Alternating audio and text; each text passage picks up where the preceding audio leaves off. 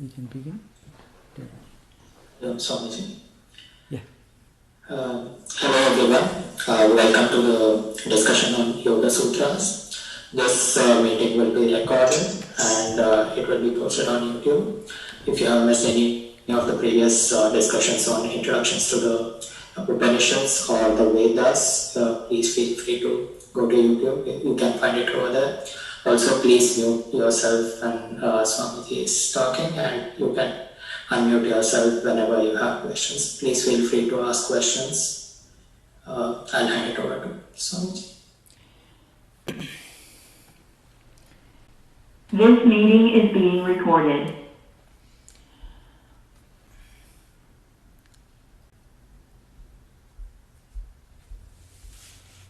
So, at the beginning, I will chant one verse of invocation, which is a tribute to the three great sages associated with yoga tradition.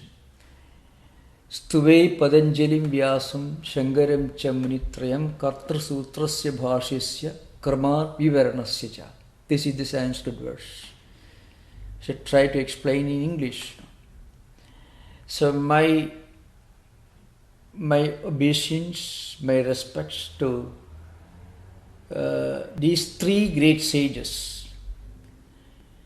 Munitrayam is the word used in Sanskrit, which means these three great saints or sages who are associated with yoga tradition. There are many scholars and saints and sages who are associated with yoga tradition, who come as a succession of teachers and students of yoga tradition. But there are these three sages, that is Patanjali, Vyasa and Shankaracharya. So Patanjali is the author of Yoga Sutras. So Katra Sutrasya Bhashyasya Kramat Vivaranasya Cha. Patanjali is the author of Yoga Sutras. There are altogether 195 Yoga Sutras. Sutras, the word sutra in Sanskrit means a thread. It also, technically in the Vedantic hermeneutics in general, it means a pithy statement. It need not necessarily be just a sentence. It could be a sentence sometimes, it could be a phrase, it could be a word, it could be even some letters. So, sutra is a very interesting expression. I think no other religious or philosophical tradition has got this unique mechanism of expressing a lot of great ideas in just a few words or one word or a few letters. To give an example, towards the end of Panini's Vyakarana Sutras, is a sutra. Now you may go crazy if you don't understand the meaning behind. Patanjali himself has written Mahabhashya, a huge, several volumes, it comes in several volumes, symmetrical verses.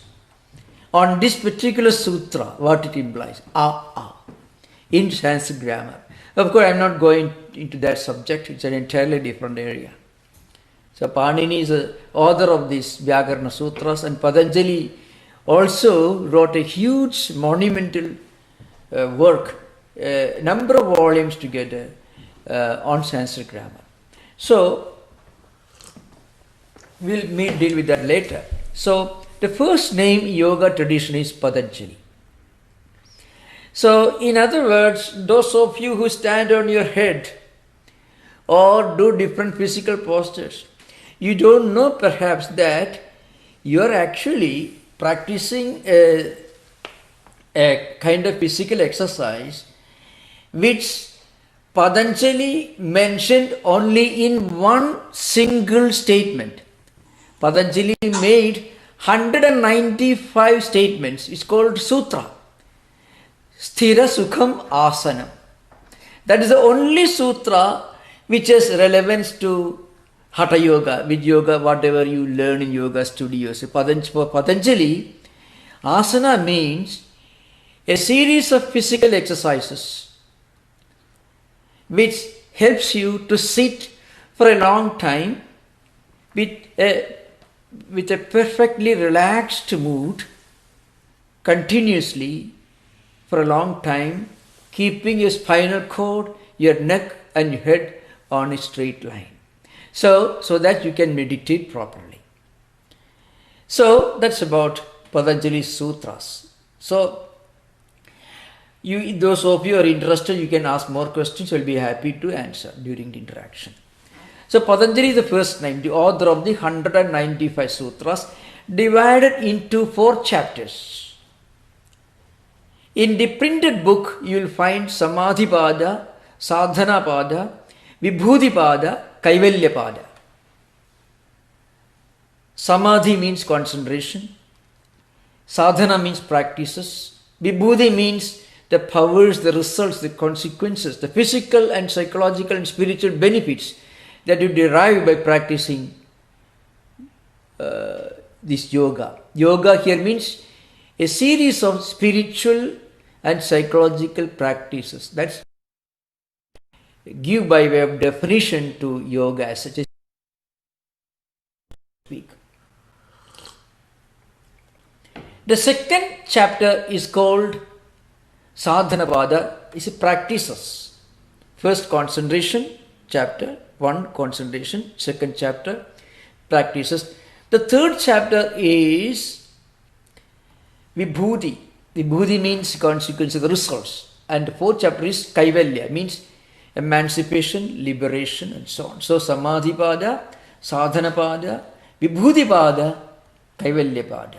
The chapter on concentration, the chapter on practices, the powers or the benefits derived by practicing yoga, and the last one, the chapter on spiritual liberation.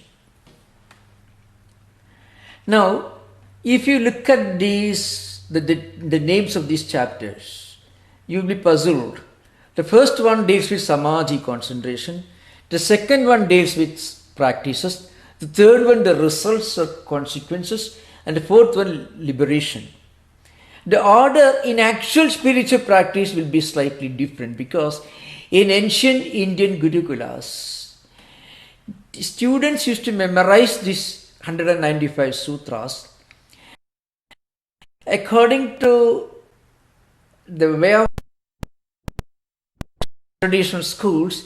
They used to slightly change the order of the chapters. That means first you practice, then the results, and then the concentration, and then the liberation. Always the last one is liberation. So in actual spiritual practice, Sadhanapada comes first, the chapter on practices.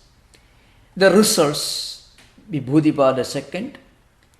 The concentration, which is the result of these practices, Samadhipada, and liberation.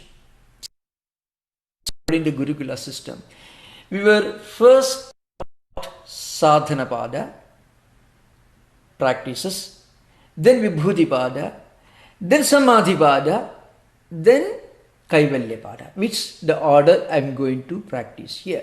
But there is one difference. Samadhipada, the first 14 sutras, contain a very elaborate introduction to the spiritual psychology of yoga, which actually unravels the entirely different concept of human mind.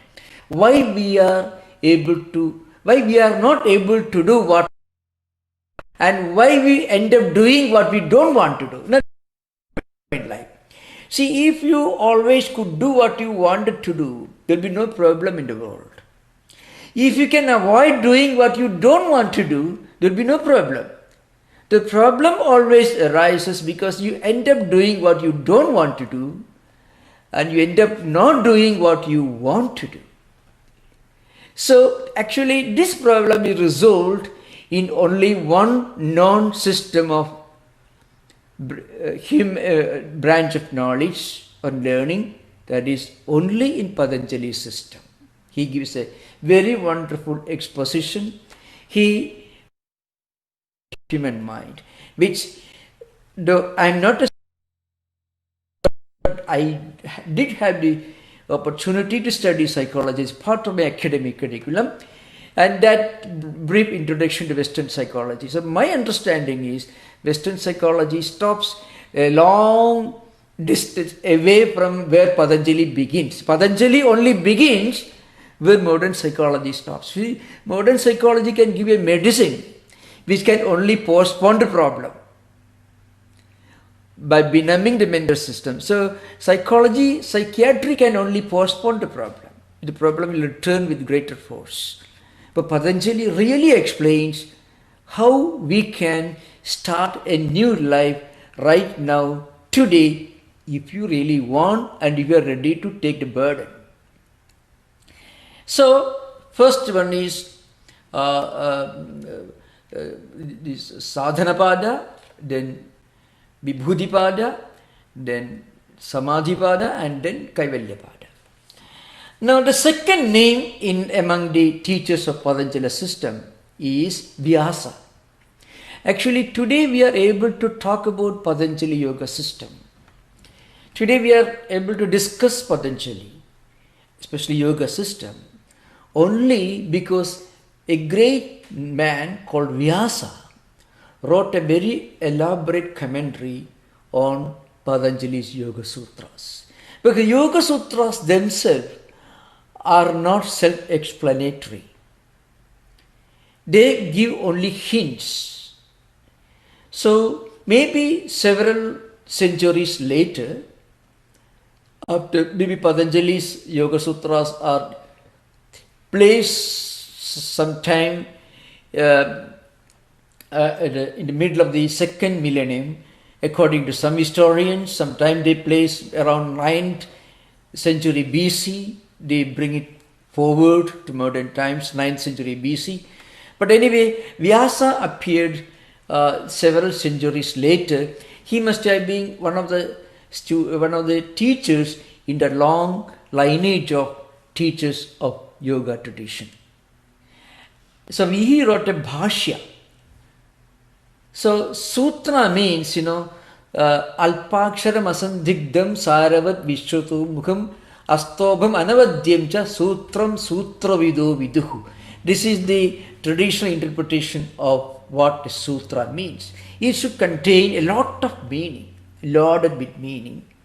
It should be very brief, and it should, once you understand the meaning, it should certainly leave no doubt, and it should be capable of expanded interpretation, leaving no doubt in your mind once you understand it. Bhashya means an exposition of a system of philosophy, the essence of sutra literature. That is Bhashya means. So, now after Vyasa, the well-known, the famous Advaita philosopher Shankaracharya, in 8th century he wrote a sub-commentary on Vyasa's commentary on Patanjali Sutras. It is called Vivarana. So it's called Vyasa Bhashya Vivarana. Vivarana is the name of the book he wrote. Now, why I am making these statements? You see, when you study Yoga Sutra, if you really want to get the feeling, when you get to know of these great spiritual names, great preceptors and teachers behind the yoga tradition, and when you read Yoga Sutras, or when you go visit the yoga studio next door to you, you feel you are actually joining distinguished company. Really. That is one advantage, because you are actually becoming part of an ancient spiritual tradition which has produced such great saints going back several millennia before Christ. That's the uniqueness of it.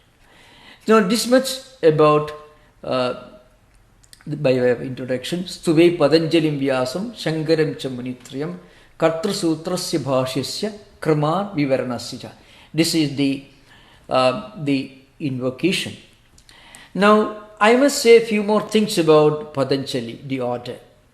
Patanjali is a well-known figure not only in yoga tradition but also, as I mentioned earlier, in this tradition of Sanskrit grammar, is the author of the most authentic exposition of Sanskrit grammar. It runs into several volumes in metrical form, and it is an exposition of the original, again, sutra literature of Panini. And then Patanjali made another great contribution. That is, he is also a great name in Indian school of medicine. He wrote a well-known book on Charaka Samhita. These two names are well-known in Ayurveda, Charaka and Susruta. They also wrote in the sutra literature. So Patanjali wrote a well-known famous book on Ayurveda. It is an exposition of Charaka Sutras, it's called. Now I shall just begin the first sutra, which is normally discussed in a traditional school of yoga. That is the first sutra of Samadhipada, because Samadhipada comes in all published textbooks and manuscripts. And the tradition of beginning with Sadhanapada, Vibhudipada, Samadhi, and then Kaivalya, that's not the way in which it may be taught in some of the universities where you may have studied, or some of the yoga studios where you may have studied. But that is only from the perspective of spiritual practices. But the first 14 sutras of Samadhipada are very important because they give you some kind of a formal introduction to Patanjala system. The first sutra is, Atha Yoga Anushasana. So, Atha Yoga Anushasana. Only 3 words. Yoga Anushasanam is a combination of 2 words. Yoga Anushasana. Atha means now onwards, henceforth, right now, let us now begin. Why now? Why henceforward?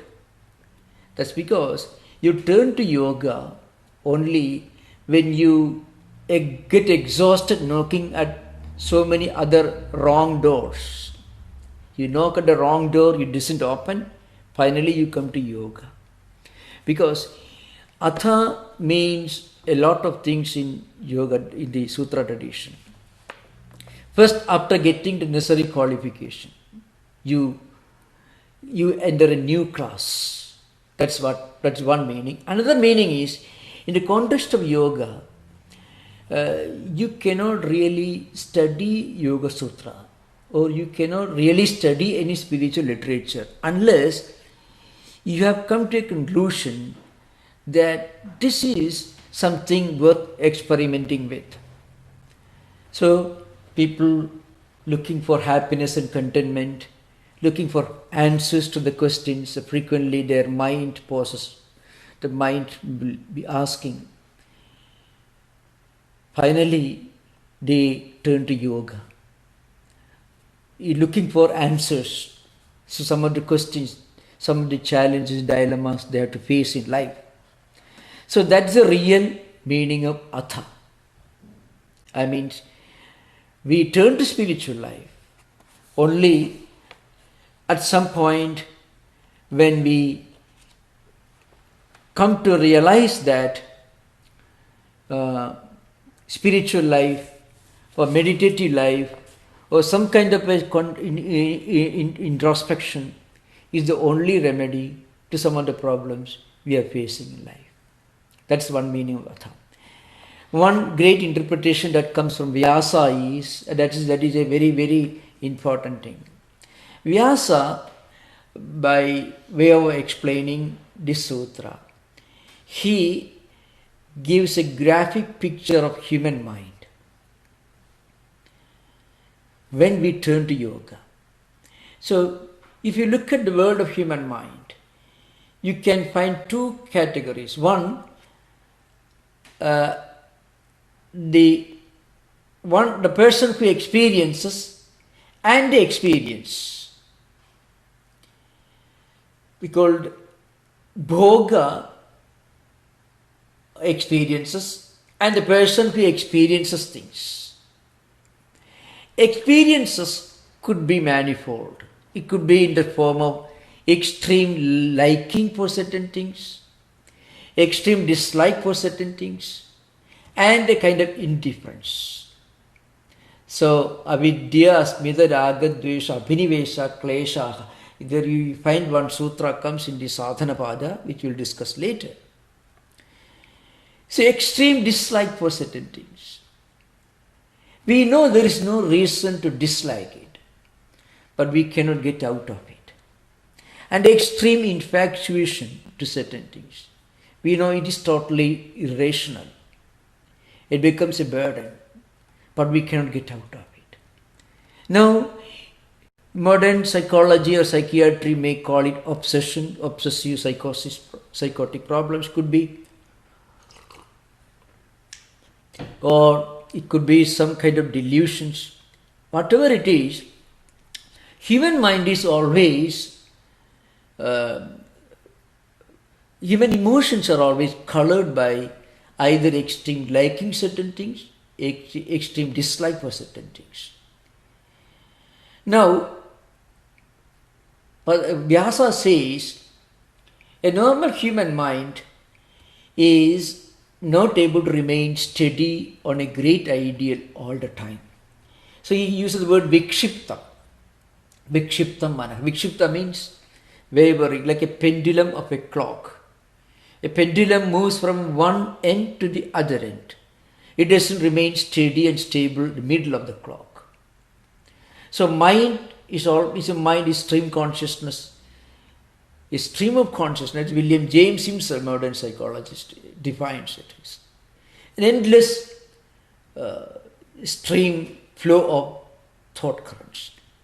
If you analyze these thought currents, you find we can divide them broadly into two categories, raga and dvesha in Sanskrit, extreme infatuation to certain things and extreme hatred of certain things, liking and dislike. So that's why sometimes when we go to a church or a temple or a holy place, any place for the matter, if you go to library and read a great book, or if you have got a book right on your table, and you may have some other undesirable publications also on your table, you want to read that wonderful book, but you have a strong desire to read it, but you are not able to read it. So you find a kind of internal conflict between what we want to do and what our mind permits us to do.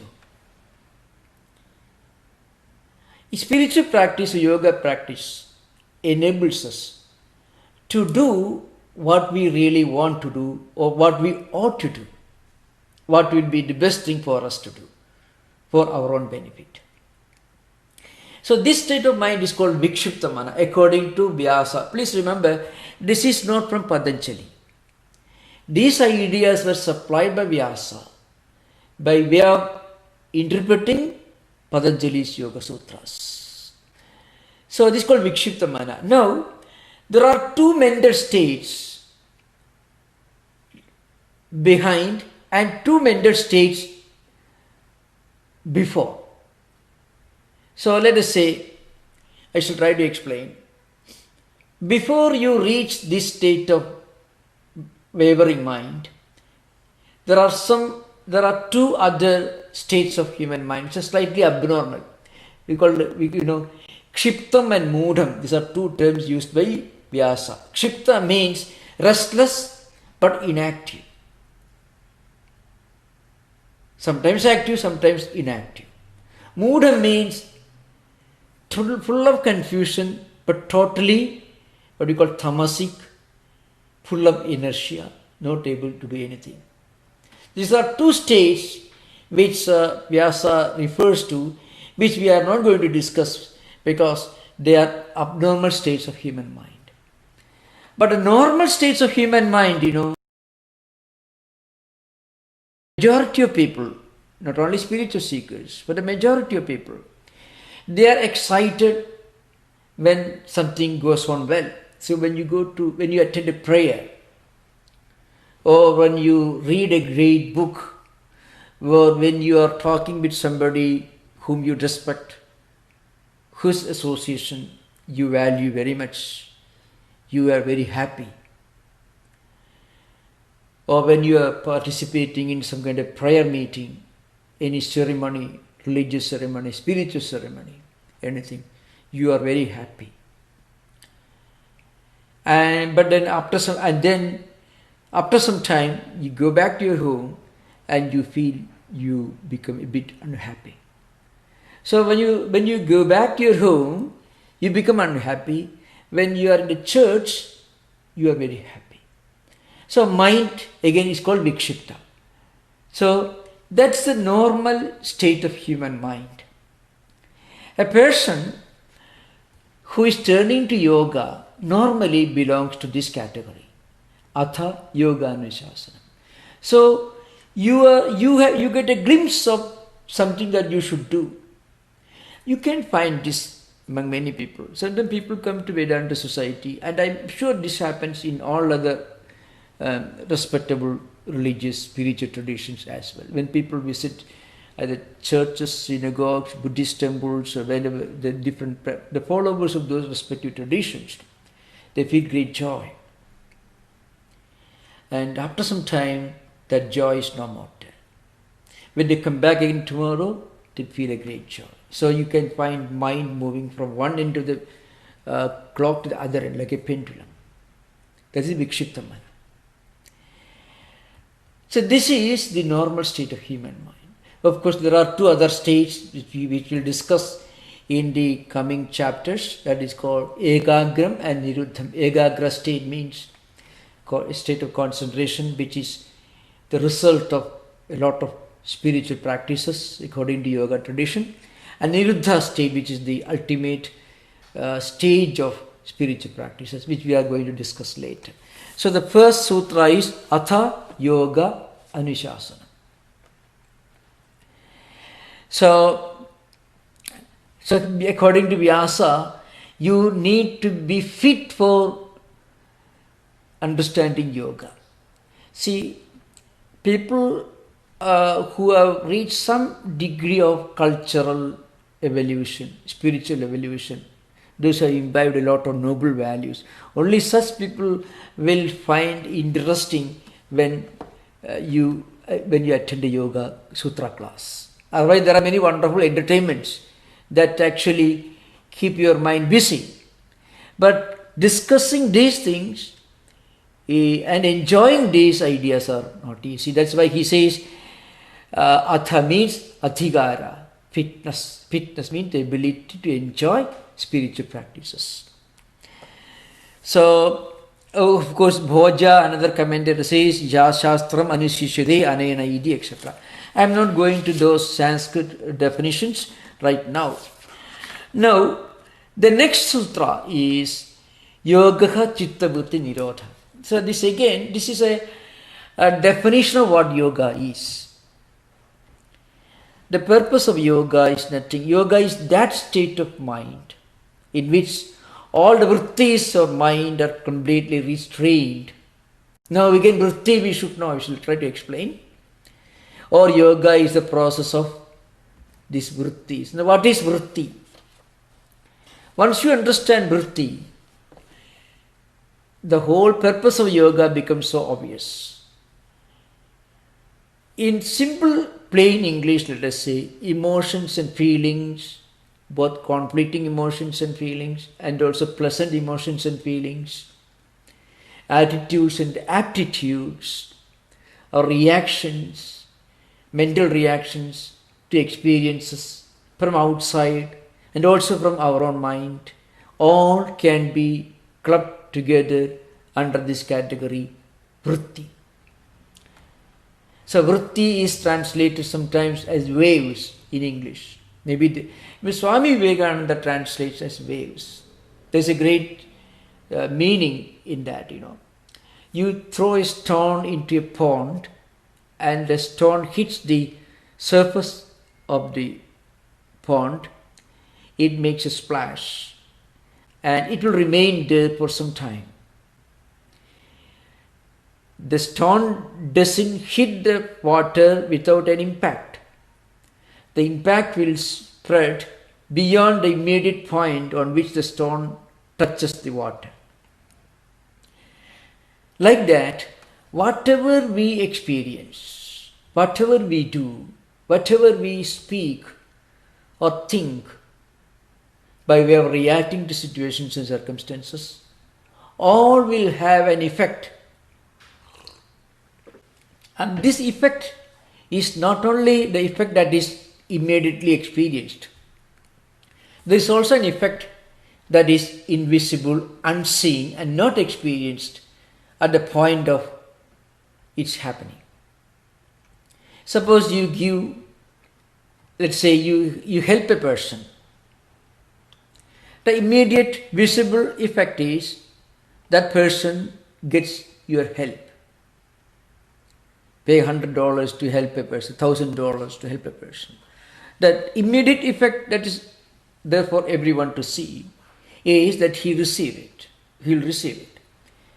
But you go back to your home after doing a noble deed, an act of charity, maybe helping a blind man to cross the street, or writing a check to help people suffering from natural earthquakes somewhere in some other continent. And that night I have done a wonderful thing. Nobody will know that you have helped this person. You have drawn this check to help somebody.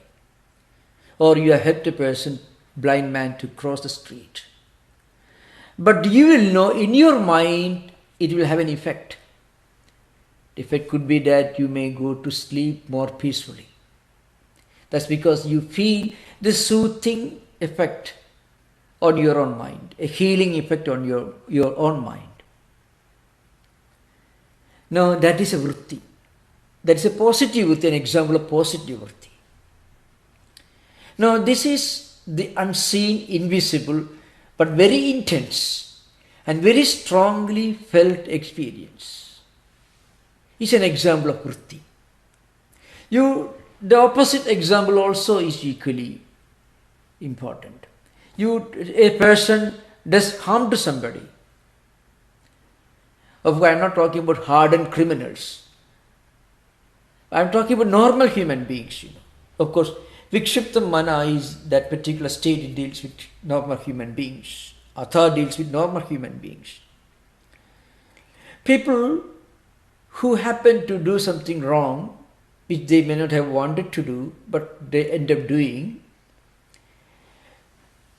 apart from the harmful result that's there for everyone to see, the visible result, there is an invisible result.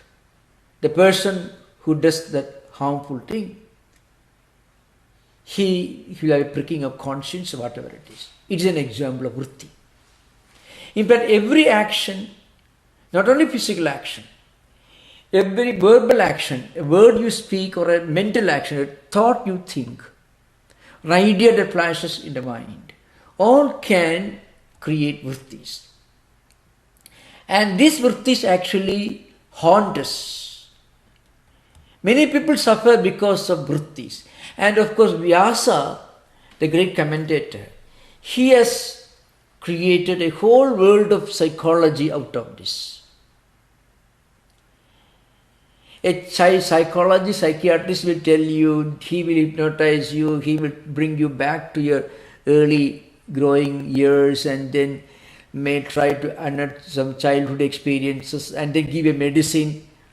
But that medicine doesn't explain things, of course. The medicine only helps you to postpone your problem, and the problem will tell you, I'll come back again, I'll be back. That's what the problem is going to tell you when you take medicine. But here, Vyasa explains, these vrittis create samskaras. And what is samskara? Samskara is a tendency that is prone to action. A vritti, a set of vrittis, which are the result of repeated actions, can become solidified, can become a concrete samskara.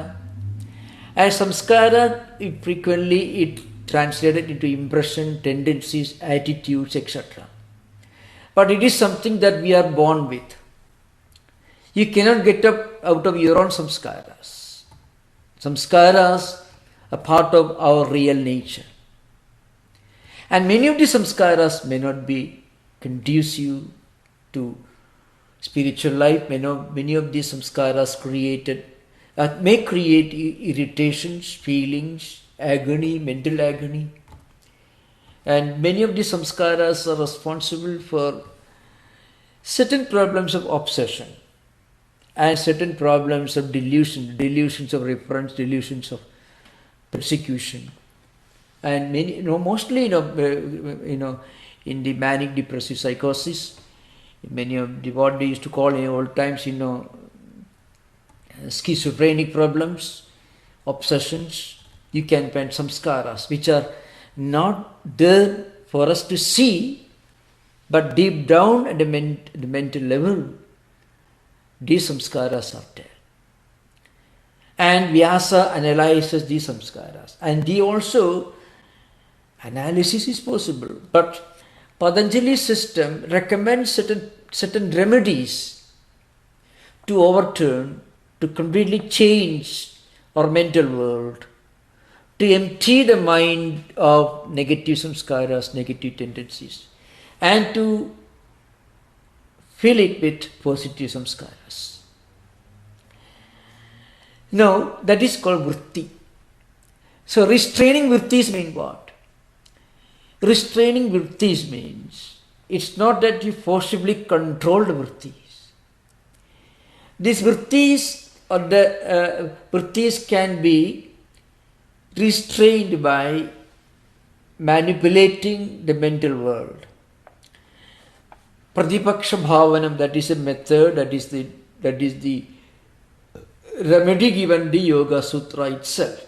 Suppose you have got a nagging memory of unpleasant experiences from previous life.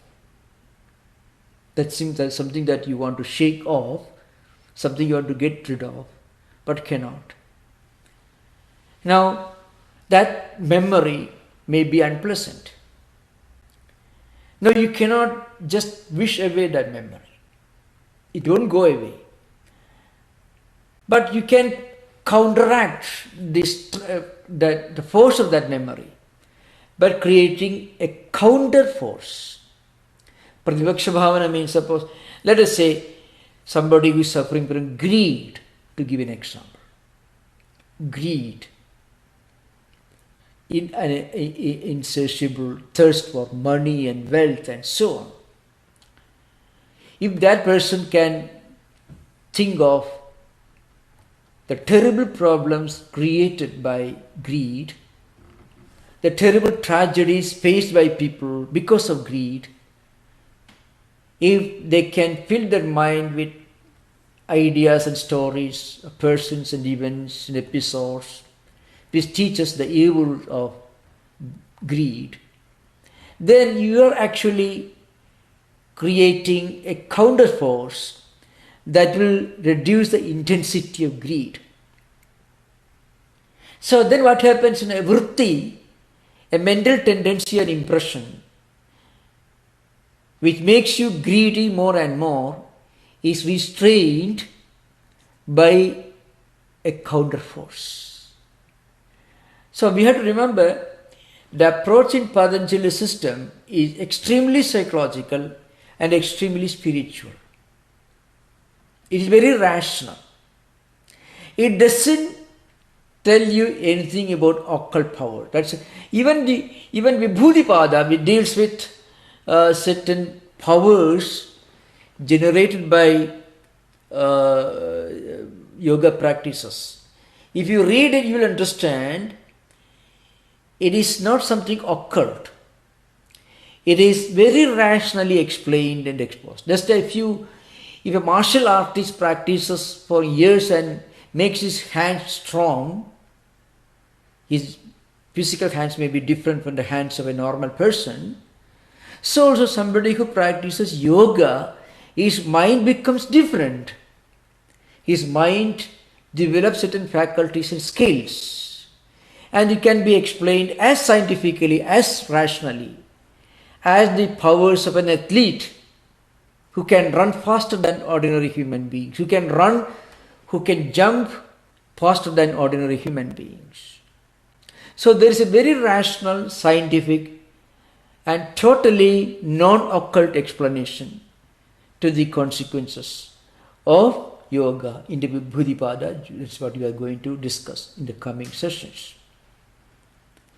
So what happens? Yoga's chitta vritti nirodha. Yoga is nothing but overhauling, purifying, restraining, and eventually transcending vrittis. And what is chitta?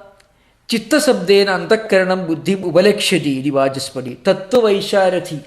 So you have to please remember something very interesting. Yoga Sutra literature is so vast, much more profound than anything that you can read by way of modern simple English translations. Yoga Sutra literature, the traditional Yoga Sutra literature is very vast. One is called Tattwamayananda. So Tattwamayananda is one of the, written by Vajaspati. Vajaspati was a great Vedantine who wrote Bhamadi Tika on Shankaracharya's Brahma Sutras, who lived sometime in the 9th century AD, just maybe 80-90 years after Shankaracharya. So he wrote a well-known book called Tattwamayananda. So there Vajaspati writes, Chitta sabdena antakaranam buddhim ubalekshati. Idi Vajaspati. You know why I am quoting the ancient scriptures? And there is a very important reason. When it comes to science and technology, the latest book is more authentic. When it comes to yoga and philosophy, the earlier the better. That's a very important reason we should remember this criterion. When it comes to the interpretative books on yoga, the earliest book will be the best. The earlier, the better. Because these great teachers who come in the long succession, the line of succession of yoga teachers, they expounded this yoga in such a scientific, rational language. And their understanding of the human mind was so profound. Of course, I agree with you, if you want to learn technology, information technology, or artificial intelligence, or physics, or chemistry, the latest books may be the most authentic. When it comes to yoga, the earlier classical works of the great sages who practice yoga, their books are, the earlier the better, much more authentic. So that's why, so Tattwamayananda says, Chitta sabdena antakaranam buddhim ubalekshati means, but the word chittam, it's not just mind that is meant. Often translation, in modern translation would say mind. No. Mind is only one of the 4 compartments of a mental mechanism. It's called internal organs or antakarana in Sanskrit. And this antakarana, this mental mechanism, has got 4 compartments, of which mind is just one of the 4. Mind functions as a speculative faculty of this mental system. Buddhi is the deciderative faculty. When you decide something, that is intellect or buddhi. Mind always, well, this way or that way. This is right or that is right. There is always sankalpa and vikalpa. Mind thinks this way and immediately it thinks differently. Buddhi means intellect. It decides this is the right thing to do. And chittam means the repository of memories and impressions. Storehouse. The platform, the storehouse in which all these memories are stored. Aham is the 4th one. It means the identification. I am. To give an example, suppose you are seeing in front of you in semi-darkness a picture or image, and you mistook that picture, you mistook that image to be a human being, and when you come close to it, you understand it is just a statue. So before you decided, before you really found out it is a statue, your mind was wavering whether it was a human being or something else. When you come very close to it, you understand it is a statue. When you remember, well, I have seen this statue last week or yesterday, it is a memory that is functioning. And when you identify yourself as the one who saw the same statue yesterday, your aham, the ego system is functioning. So according to the great commentator Tattwai of Vachaspati, who wrote Tattwamayananda, this chitta means the entire mental world, mental mechanism. That means yoga is nothing but restraining, overhauling, purifying and transcending the vrittis, emotions and feelings which are accumulated in our mental world as a whole. That is the meaning of chitta.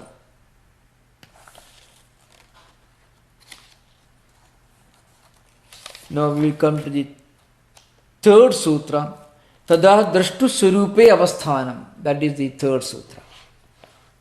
And when you reach this level of transcending vrittis, then what happens? At that time, you identify yourself as a seer. You can see things happening in your own mind without identifying. You may be getting angry, but you can identify your anger. See, if the person is well, I am becoming somewhat angry. You can be aware of your own anger when you simultaneously remember that there is no point with your anger. When you identify yourself with your anger, then you don't see anything wrong in being angry. When you are able to watch your own anger, you are able to objectify. Your frustration or anger or emotions become the object and you become the subject. You become the seer. And drashta means seer.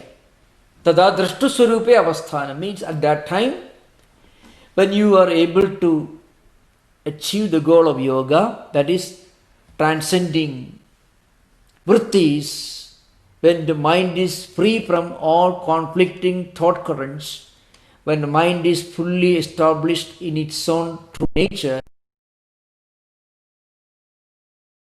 watch ourselves.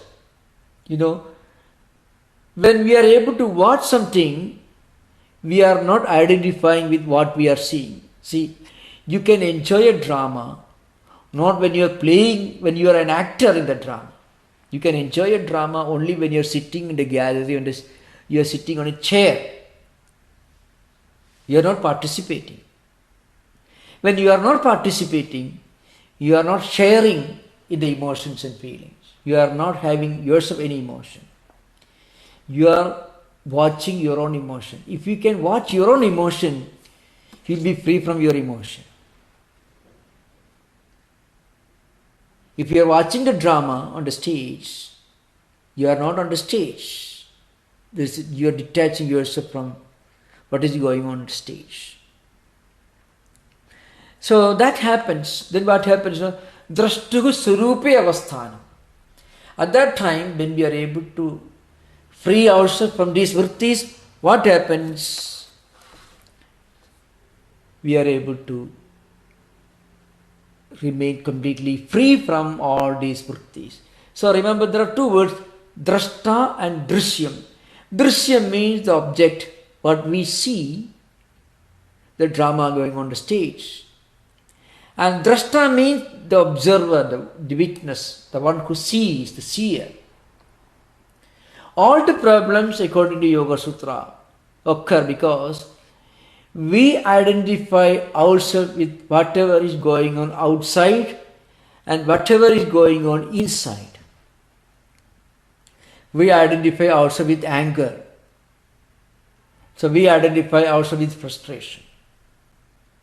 But suppose we witness for frustration, then you are actually de-identifying yourself with frustration. So you are actually drawing a line of demarcation between drashta and drishyam, the seer and the seen, the subject and object. And that's the purpose, the goal of yoga. So we'll conclude today, the first day, and you are most welcome to put questions. Most welcome. Any question on the subjects?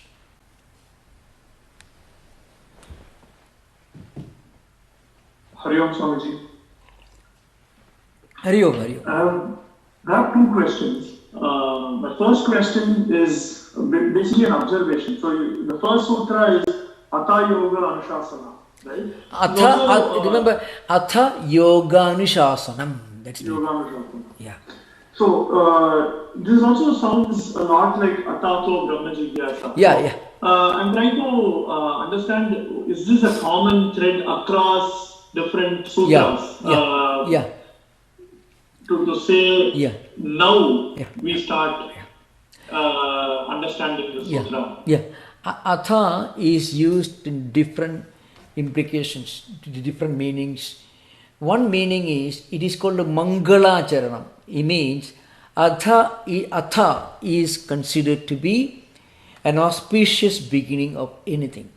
So Brahma Sutra begins Athado Brahma Jignasa. Ato Brahma Jignasa. Ataha Brahma Jignasa means Athado Brahma Jignasa. And Mimamsa Sutra begins Athado Dharma Jignasa. And there are Atham Vyakhyasama.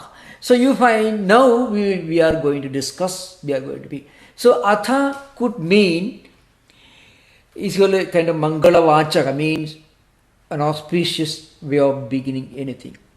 Another meaning is, after having completed, after having reached fitness, if you are going to begin, you are going to sit the fifth class, fifth grade, then you should have passed the fourth grade.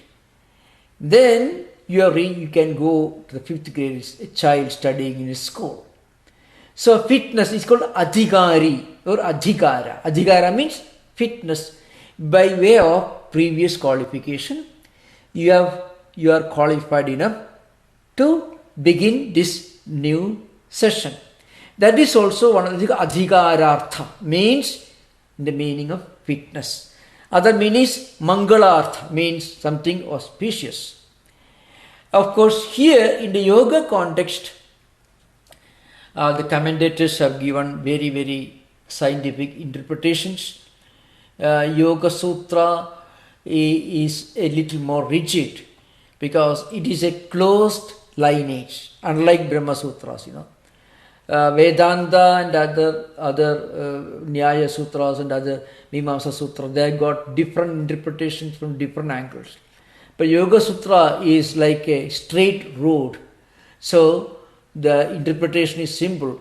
After you have become qualified to enter this new path of inquiry, that's the meaning of Atha here.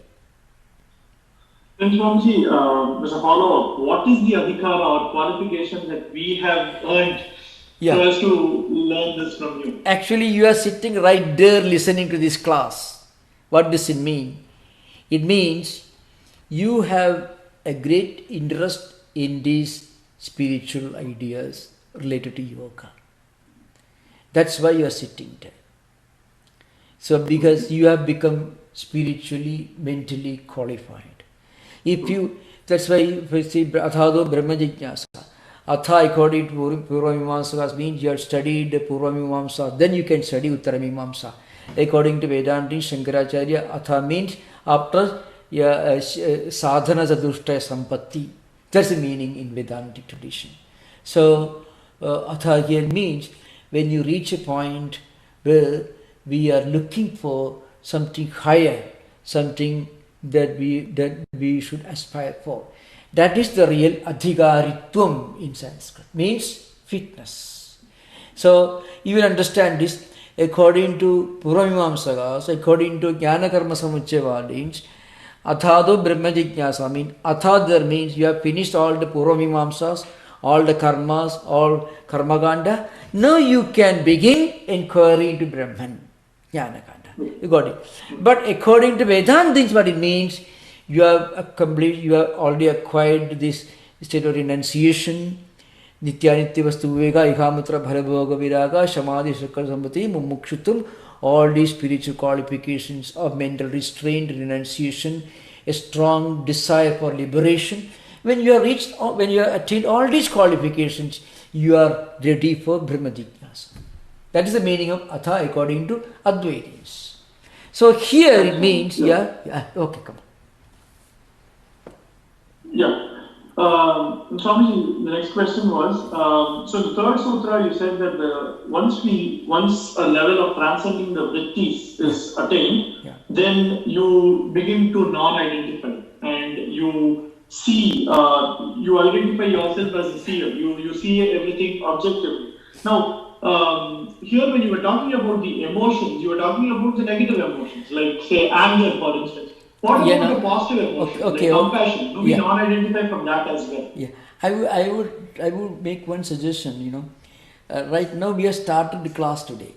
So as the classes progress, you find many of the questions that we may be asking today get automatically answered. Okay. See, that's an important point because when we begin this new session, it's possible at the beginning we may have all these doubts. But slowly you find as we progress, many of these become automatically answered. In one context, Patanjali says, it's a very striking language. He says, all these spiritual disciplines, including yoga, are just like removing obstacles. That gives the example, or suppose you have you want to irrigate the field and there is a river or a pond nearby and you want to cut a canal from the nearby river and connect that canal with the field which you want to irrigate. Okay? Now what do? You cut a canal. So what you are actually doing is you remove all the soil. That part of the soil is removed, it becomes a canal and water flows. So, if you are a sculptor, if you want to make an image of Buddha, you have got a granite stone block in front of you. What do? You remove, you chisel out all unnecessary parts of the granite. And what you get as a result? You get this Buddha's image. So like that, all spiritual practices are nothing but removing the obstacles that stand in the way of our discovering, our self-discovering our own true nature. That is why Surupe Avasthanam, Tada Drashtu Surupe. Drashtu is a Sashti Vibhakti of Drashta. Means then you get fully established in the true position of the seer, of the witness of one's own self. What is our true self?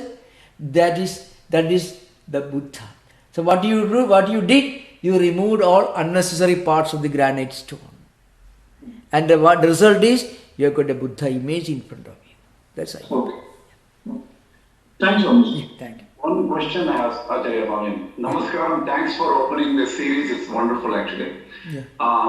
My question is about, I was just trying to study this Yoga Sutras for a long time actually. Yeah. And I come across 17 commentaries on Yoga Sutras. Excuse me, can you, if you don't mind, can you make yourself visible?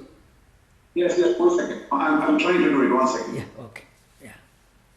Now I think I'm visible, right? Yeah. Namaskar. Yeah, namaskar. Okay, there are 17 commentaries or something on Yoga Sutras. And Vyasa is one and Vachaspati Mishra is something like that. Yeah, second or something like that. Could you please give a little bit of an introduction of why so many? I understand Bhagavad Gita has 47 commentaries. But if you study Shankara, Ramanuja, Madhva, and maybe Abhinav Gupta, a couple of people, so 4 of them, you really get the main trends of different, and the later acharyas are a combination of here and there, and you can get the trend of it. But in the Yoga Sutras, what is the tributary, what is the main tributary, what is the sub-tributary, and what do you want to get if you have 2 or 3 different viewpoints? How do you get the top 3 or top 4 right in the beginning? You know, Namaskar. Namaskar. Now you mentioned is Shankara, Ramanuja, Madhva, you know, in Vedanta tradition, different distinct, in fact, mutually distinct, conflicting schools of Vedanta emerged because they all wrote bhashyas on Brahma Sutras. Shankara is the only one who wrote bhashyas on Brahma Sutras, the Upanishads, and all the Upanishads, Upanishads and Bhagavad Gita, plus Prakarana, Stotras, and so on. Now, in the yoga tradition, you don't have this kind of different streams of thought currents, which are different from each other. So, the most authentic commentary and the oldest one is Vyasa's Patanjali Sutra Bhashyam. The next one is Shankaracharya's Bhashya Vivarana. That is a sub-commentary explaining Vyasa Bhashyam, but Shankaracharya gives his own views, certain unique flashes of insight you find in Shankaracharya's commentary. Then we have Tattwamayananda, third one, that is Vachaspati Mishra in the 9th century AD. Then we have got Bhoja Raja, called Raja Martanda. He's a very famous man. He was himself a king. He was a great emperor, Bhoja Raja. He wrote Raja Martanda. Then we have got Vijnana Bhikshu. According to some scholars, he was a Buddhist. It's called Yoga Bhashya Vartikam. It is a Vartika he wrote on Vyasa Bhashyam, on Yoga Sutras. So, and of course, you know, there are certain commentaries written by the Vijnanavada schools of Buddhism. And in fact, they have got another name called Yogachara system. They got that name Yogachara system because they were great practitioners of Yogachara philosophy. It's a kind of subjective idealism which did not believe in the reality of external world or external things. Total negation is kind of subjective idealism. I mean, things exist only so long as they are perceived in your mind. Of course, that is those volumes are not so closely studied, but they are very important. So, Vijnana Bhikshu Yoga Bhashya Vartikam, Ramananda Saraswati has written Yoga Maniprabha. Ramananda Saraswati lived much later, and Yoga Sudhagaram Sadasiva Brahmendra Saraswati. That is Yoga Sudhagaram, and Bhava Ganesha Dekshita. He wrote Pradipika Tika. And then you went Hariharananda Aranya, he wrote in the later decades of 19th century. But they more or less they followed the tradition of Vyasa Bhashya. So in reality, except these 8 important commentaries which constitute the solid foundation of Yoga Sutra Bhashya literature, I do not think there was any other interpretation which as a distinct identity in one way or other being different from Vyasa's main interpretations. In English language, for the first time, Yoga Sutras were interpreted in very plain, simple English by Swami Vivekananda. So Swami Vivekananda consulted, we know very well from Swami Vivekananda's other writings and references that he must have consulted Vyasa's commentary, Raja Martanda, and of course Tattwamayananda and so on. The Swamiji's interpretation contains a lot of flashes which are taken from different interpretative works. So you don't have different schools of yoga philosophy. Yoga philosophy itself is, technically, yoga philosophy is nothing but Sankhya philosophy.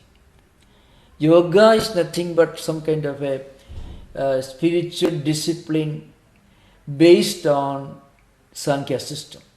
They are almost identical, they believe in these two fundamental categories, Prakriti and Purusha, and they believe that the whole universe evolves out of Prakriti, the Mahatattva, Ahangara, and so on. All these are common in yoga system and also in the Sankhya system. So the philosophical basis of yoga is Sankhya only. It cannot claim any independent status as a distinct philosophical system.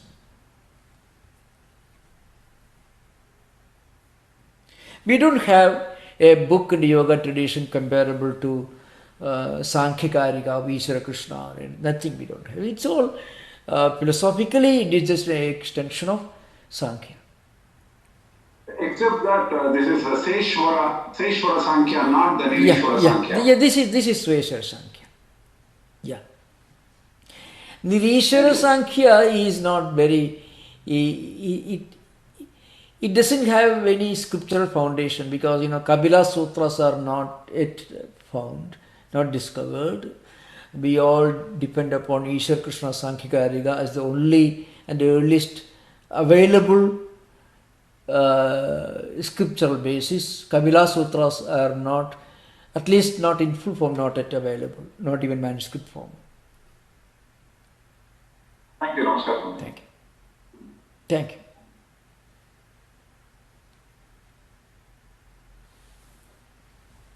Yeah, please.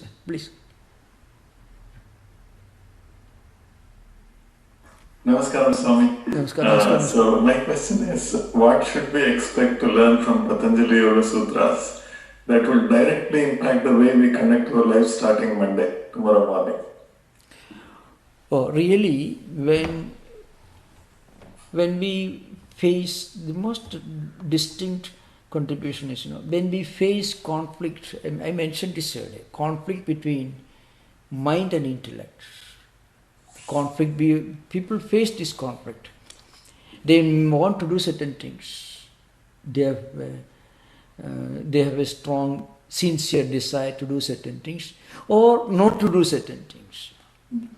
So once we understand the forces of emotions and feelings, the mystery, the mysterious functions of emotions and feelings, which actually create mental block. Mental blocks can be properly understood in the light of Patanjali's analysis.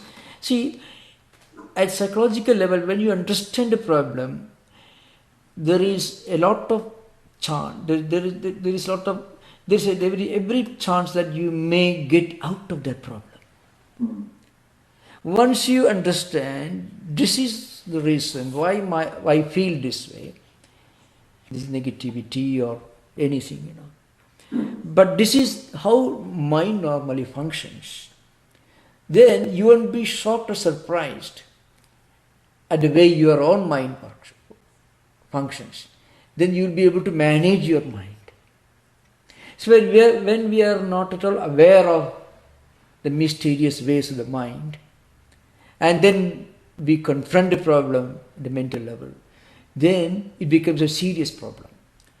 It's just like when suppose you're driving from San Francisco to Sacramento and your iPhone tells you there's a possibility of traffic delay 10 miles ahead. Then if you reach that point where traffic problem begins, you won't be shocked. You'll be ready for it. But suppose you don't know it's going to happen, then when you reach there, you'll be concerned, you'll be worrying, you'll be complaining how long this is going to last. But suppose you know already that it's going to last 15 minutes, you'll be ready for it.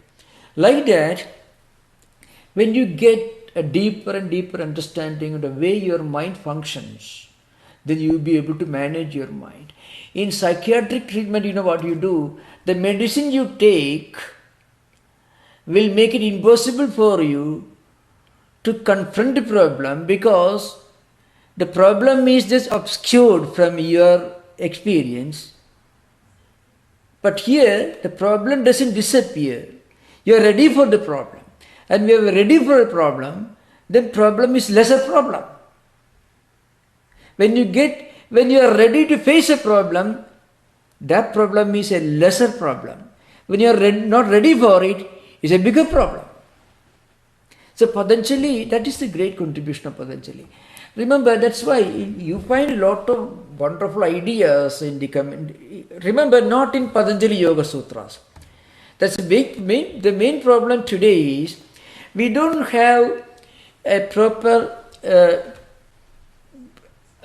totally intelligible interpretation of the traditional commentaries. If you don't mind my telling you bluntly, we do not have a platform for interpreting the traditional Sanskrit commentaries in plain modern English. Because when you translate literally, it becomes unintelligible. Yes. And when you make a freelance translation without really understanding the Sanskrit, then you do great injustice to the original scriptures. That's why Patanjali's system, based on these commentaries, they constitute a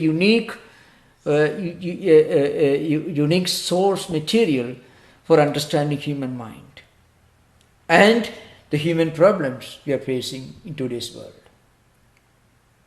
This was super insightful, Swamiji. Thank you. Yeah. But what would be a suggested text that you want us to read that will have this kind of intelligent commentary?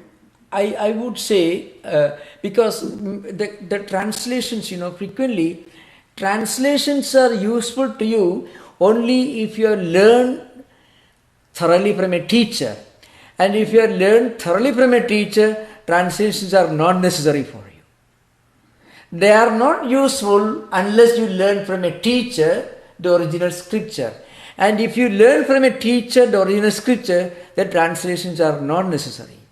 So, but I can always suggest to you Swami Vivekananda's Raja Yoga. The uniqueness of that book is Swamiji himself had experience, many of the experiences that Patanjali talks about. So you find that unique touch of somebody who had this experience, who had practiced many of these things, that you find in Swami Vivekananda's translation. I'm talking about the books available in modern times. So Swamiji wrote more than a century ago, but that book still remains the best that's available for the English reading public. Yeah. Thank you, Swamiji. Thank you. So we'll conclude today. So happy to meet all of you. So we'll continue next week. Om Shanti Shanti Shanti Harihi Om Tat Sat Sri Ramakrishna Arpanamastu. Thank you so much. The recording has stopped.